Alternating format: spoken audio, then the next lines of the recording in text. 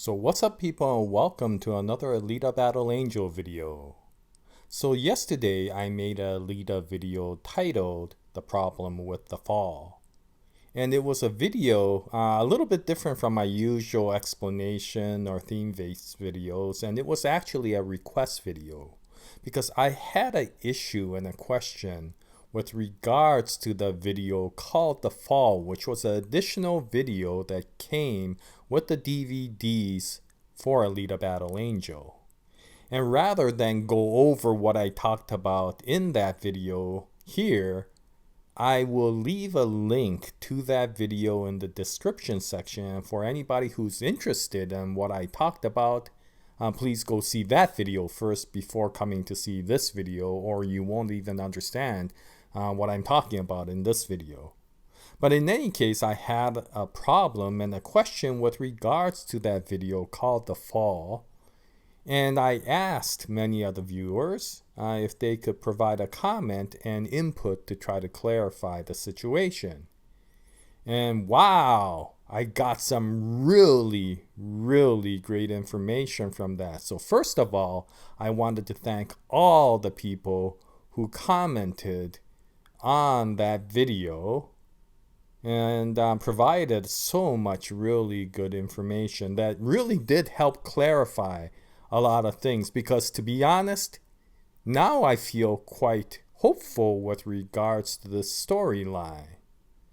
Now, before I start, I do want to apologize to anybody who does provide comments after I make this video, because I won't be able to provide thanks to those people, but I do always appreciate everybody who provides comments to all my videos, so thank you very much to everyone.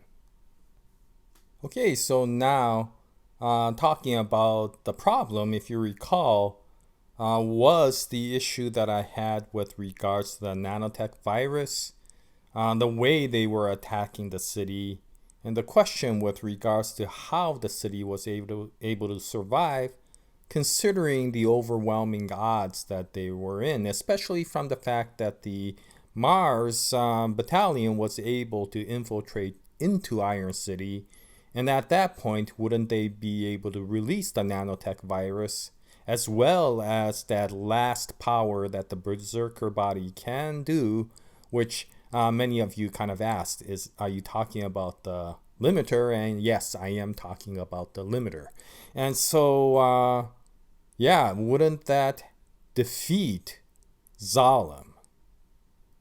And it bugged me because of the fact, not just because of that situation. Let me clarify one thing. One of the reasons why I was very worried about some of this information coming out this way was because of some of the situations that I've seen with other franchises. Basically, the fact that some of these new movies that were coming out were completely ignoring the canon base story of the entire franchise and creating all this new information that was like, what the heck is all this about? And it completely conflicted with a lot of what went on in the Foundation story. And because of that, from my perspective, I felt that the quality of many of these franchises went down because a lot of these writers or directors thought that they were so much better than the actual overall franchise that they decided to create stories that completely screwed up the entire franchise. Now, I'm not saying that that happened with Alita Battle Angel. In fact, I've always said that I really like the fact that Robert Rodriguez was so faithful to the source material. However, we have seen so many different forms of stories, whether it is the source material in the manga, and in fact, the manga retcons some of the story itself. Then we saw the anime, which was slightly different. Then we saw the movie, which was slightly different. Then we saw the novels, which were also slightly different from even the movie. And then we saw this video called The Fall. And my biggest worry was that since there were so many different creators making these stories, were they making any sense with regards to each other? Or was the creation of so many different stories all at once going to reduce the quality of the movie? Because now, how do you fit a certain part of the story from some of these videos to the stories that you see either in the manga or in the movies, which are the two storylines that I value the most? And so this one caught my attention, and it became basically a subject of discussion because of the fact that I wanted to make sure that there was a way to be able to resolve this, or else I would feel like maybe some of these creators were starting to deviate too much, that they wouldn't be able to make a coherent movie or a coherent story out of this entire, I guess, combination of stories. But what I found out is from the input that I received from many of you, and when I started to put this all together, I realized, yes, you could still create a coherent story that can put all of this in, still remain somewhat parallel to the source material, and create a story that made sense. And so what I wanted to do here was to go over some of the input that you provided and then retell the story based upon what you provided and see if we could come up with at least one form of story that would make sense and would fit into this entire situation. Okay, so some of the issues that I had, of course, were the fact that somehow Mars was able to infiltrate into Iron City, and in that case, wouldn't they be able to release the nanotech virus there? And even if Zalem was sealed up, wouldn't they be able to annihilate the people of Iron City? And if that's the case, how did Iron City come back 300 years later, when the rest of the world was still in a Badlands sort of situation? And even if the rest of the world, including Iron City, somehow cleared the virus so that it was already populated in Iron City, why didn't Zalem and Iron City expand, especially Iron City, considering the fact that the people there, many of them were oppressed by Zalem and were not happy? Why didn't they expand out and create their own cities from that point? And the other point is, does this make sense in terms of typical historical battles? Because what you saw in that scene was that Zalem was basically the one that was kind of quarantined and in a defensive situation. And Mars was in the offensive situation and attacking.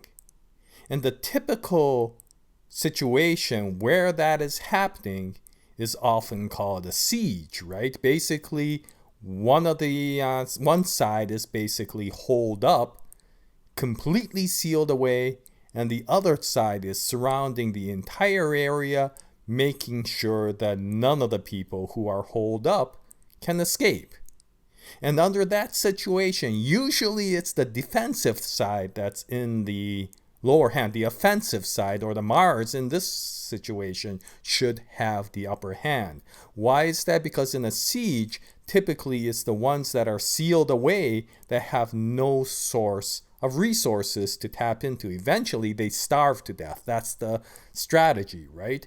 And of course, Mars still had their connection to their supply chain.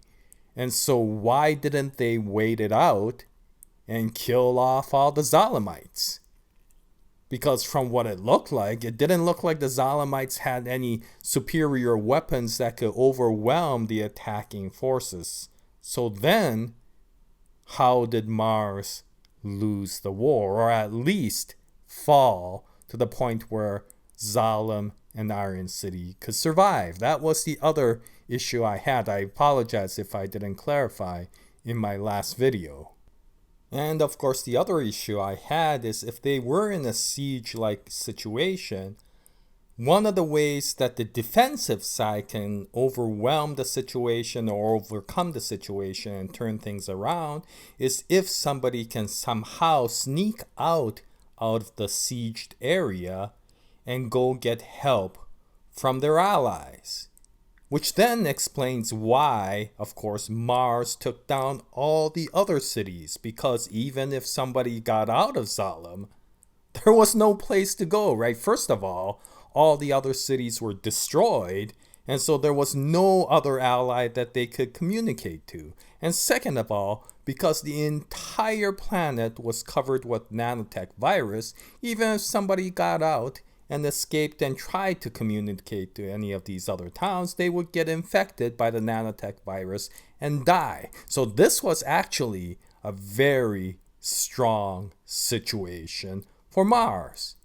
All they had to do was wait it out, starve the people in Zalem, because, to be honest, we know even from the movie that the Zalemites get all of their food and stuff from Iron City. So if they destroy Iron City, which they were doing, and now I can understand why they were fighting the people of Iron City, then Zalem was really left in a bad situation. So how did they survive?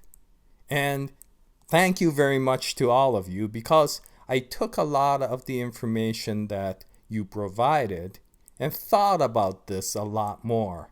And I realized that with some of the information that you provided, this made a lot more sense. So let me bring up some of these points. First of all, many of you suggested that maybe one of the reasons why the bottom end of Zalem was detached from Iron City was because here they wanted to quarantine themselves, and so they broke the bottom part off. That makes perfect sense. And the other information that many of you provided, which I thought was great, was that the shield that was discussed to quarantine Zalem and Iron City did not have to be a passive shield. And the way I think about it, okay, so what is the difference between a passive shield and an active shield? Well, a passive shield is your typical shield, right? You put it up, it's a barrier, and whatever it is that's being kept out cannot come in unless they can somehow overcome the barrier and penetrate in, which is the one that I was thinking about. However, many of you considered the shield as an active shield, which made perfect sense. Basically, an active shield is if somebody comes into that region, then whatever active shield is in place will actively annihilate all those things that were invaders that were coming in. So in this case, the nanotech virus. A good example that I could give is if Zalem was being attacked by a whole bunch of vampires, an active shield would be to create artificial sunlight in that area, so that if the vampires came in, then it wasn't a barrier that they had to overcome, but the moment they came into sunlight, they would all be killed, right? And that will then explain why releasing the virus in Iron City wouldn't help at all, because the moment they released it, the active shield will come into place and annihilate the virus. And since it is a nanotech virus, there are many ways that one can consider, a specific frequency electromagnetic wave, maybe a pulse, maybe a hacking, maybe another form of virus that would attach to that virus, an antivirus, if you will, that will annihilate the virus and leave the people alone. But in whatever the case, this is a shield that could actually be in place and still protect both Iron City and Zalem, even if the Martians penetrated that area and released the toxin. So that made a lot of sense.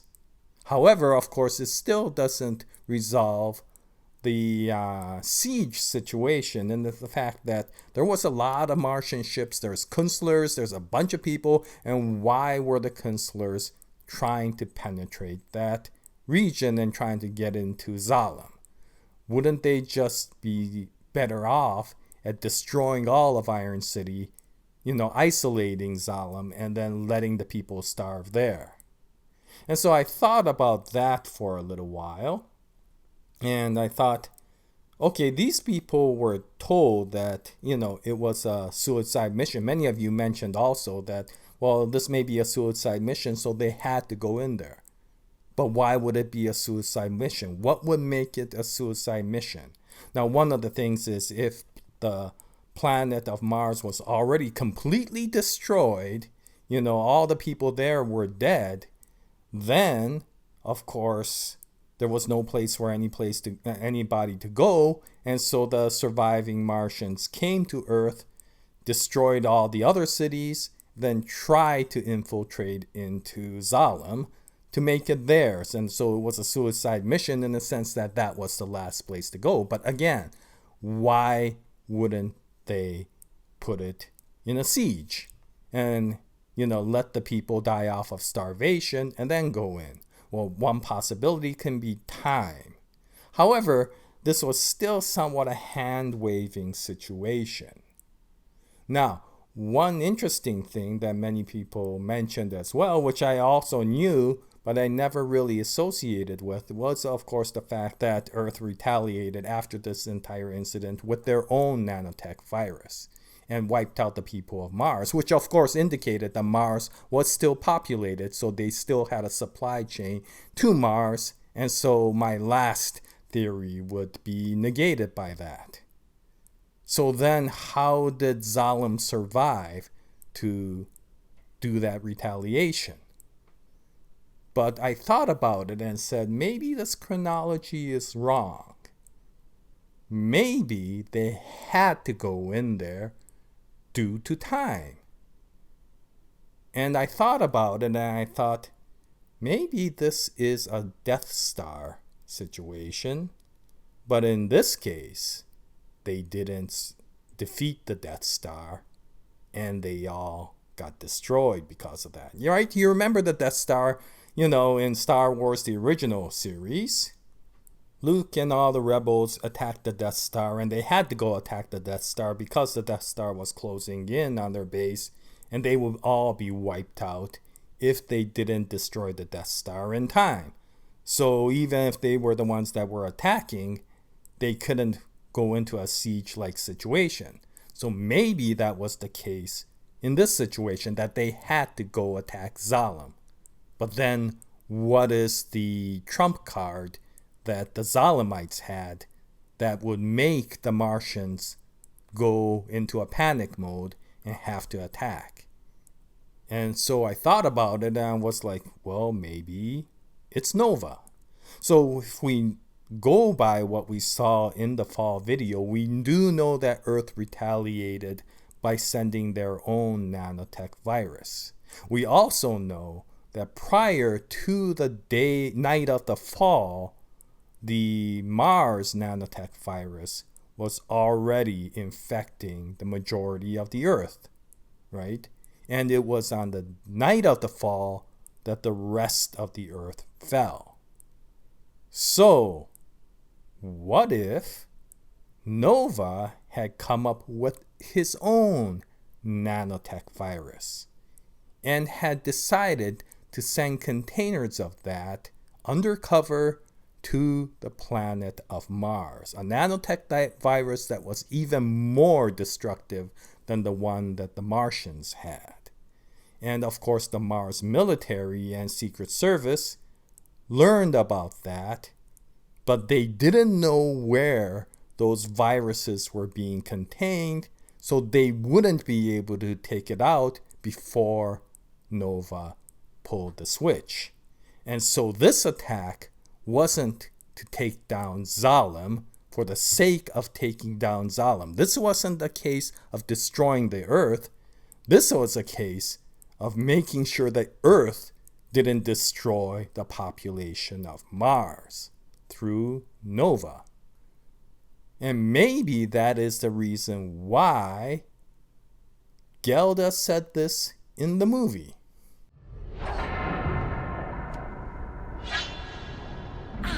Know what is hidden. Always ask, what is it that you are not seeing? Nova? He is the dragon that must be slain. Again. In other words, by this time, the Künstlers had received their orders, which was to target Nova and kill him before he could release the nanotech virus into the population of Mars. And so this attack was to make sure that Mars survived, and the only way they could ensure that was to destroy all the population of Earth. Again, the only way a siege can survive is, or a siege can win, is if the people who are in the defensive position, the people who are cooped up, can somehow receive aid from the other cities. And since the other cities were already weakened by the Mars nanotech virus, it was relatively easy to destroy the other cities because they didn't have the active shield that Zalem had.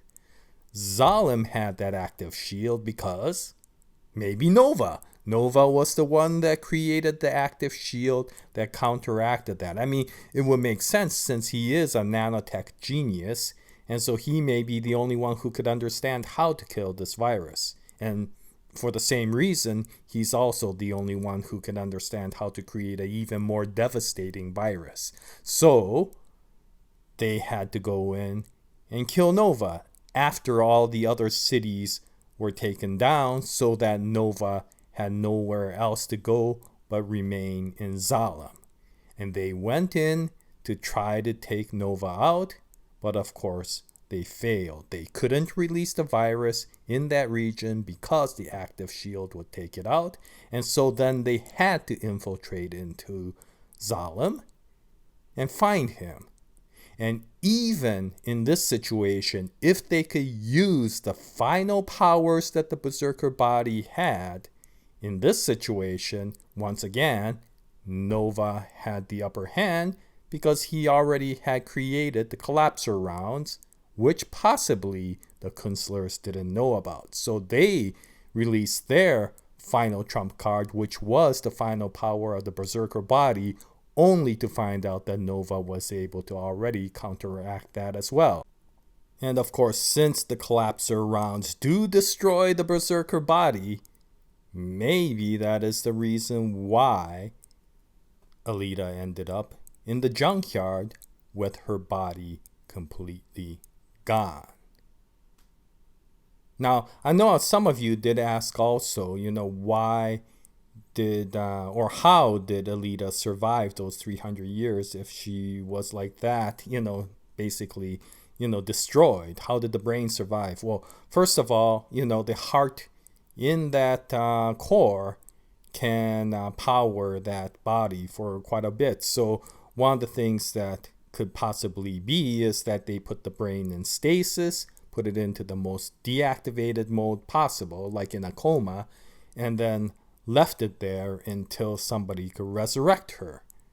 The other is, of course, what we learn from the comic.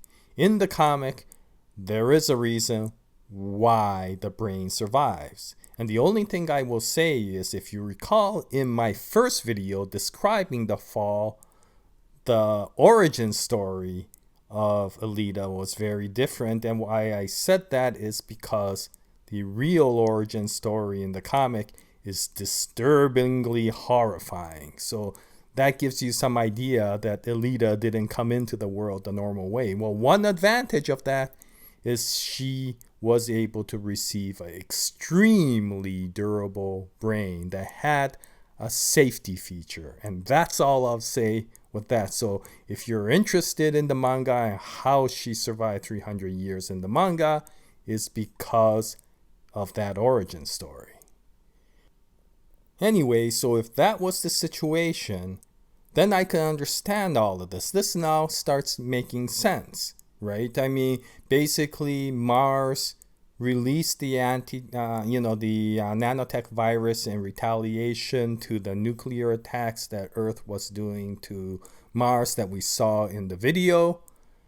Then, of course, the population started decreasing so dramatically that, as crazy as Nova was, Zalem knew that he was so smart and so much a genius that he was the only one that they could rely on. And that gave Nova the ability to take over Zalem. And once he took over Zalem, he used his genius mind to not only create the active shield that protected Zalem, and only Zalem, from the nanotech virus, but he also created the nanotech virus, which he then somehow snuck into Mars.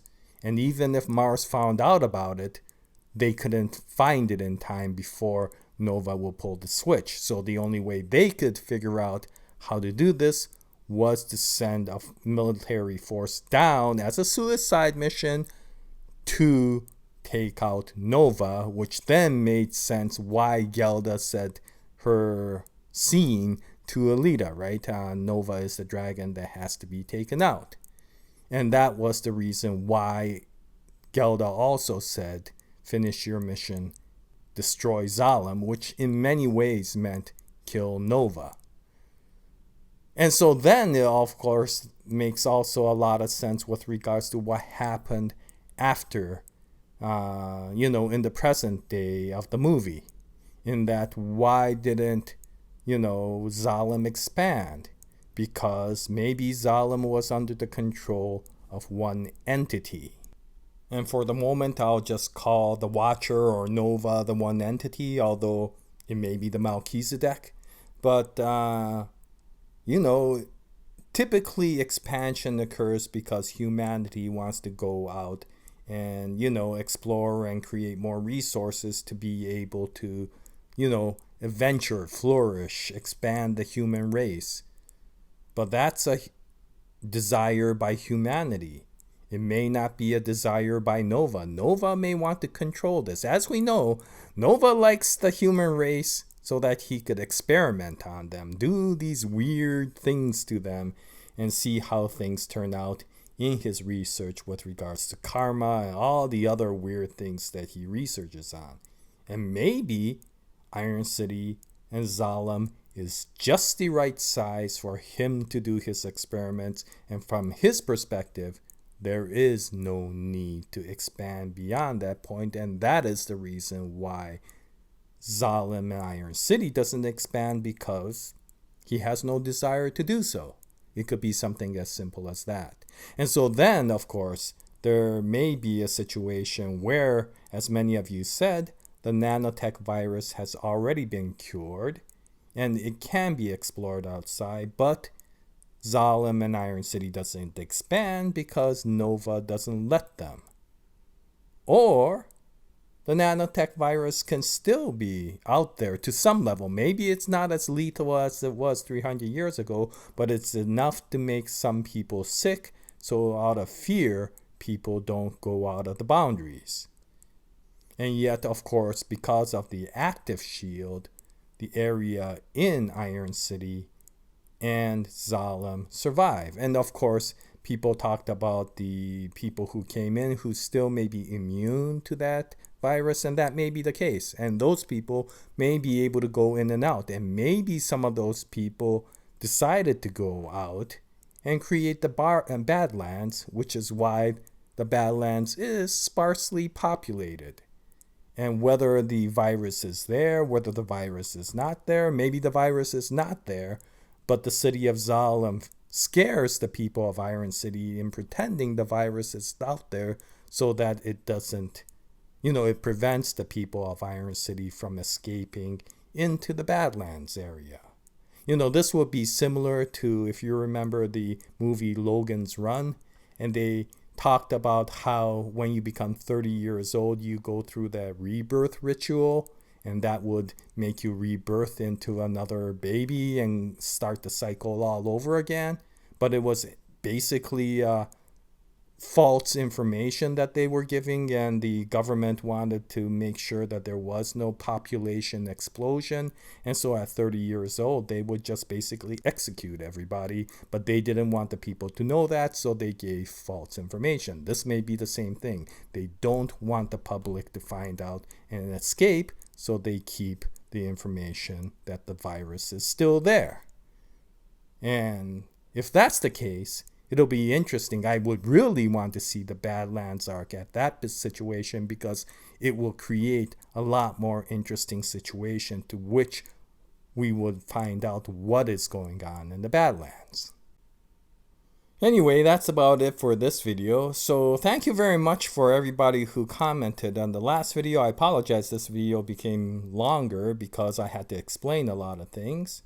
But now I feel a lot better because, yeah, I don't expect that this is how the story will go.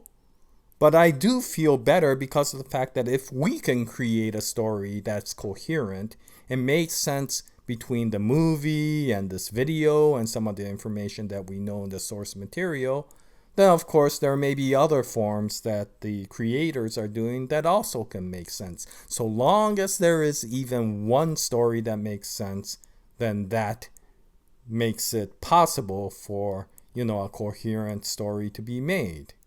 And so I do feel a lot better with regards to this, and I do thank all of you for providing information that made it possible to make me feel better. So thank you very much. Anyway, I'll go back to the usual Alita Battle Angel videos, hopefully sometime in the future. Sorry, I'm making weird videos these days. And yeah, I hope you join me in my next video. Until then, happy video watching, happy movie watching, and as always, Jaya, nice day, everyone.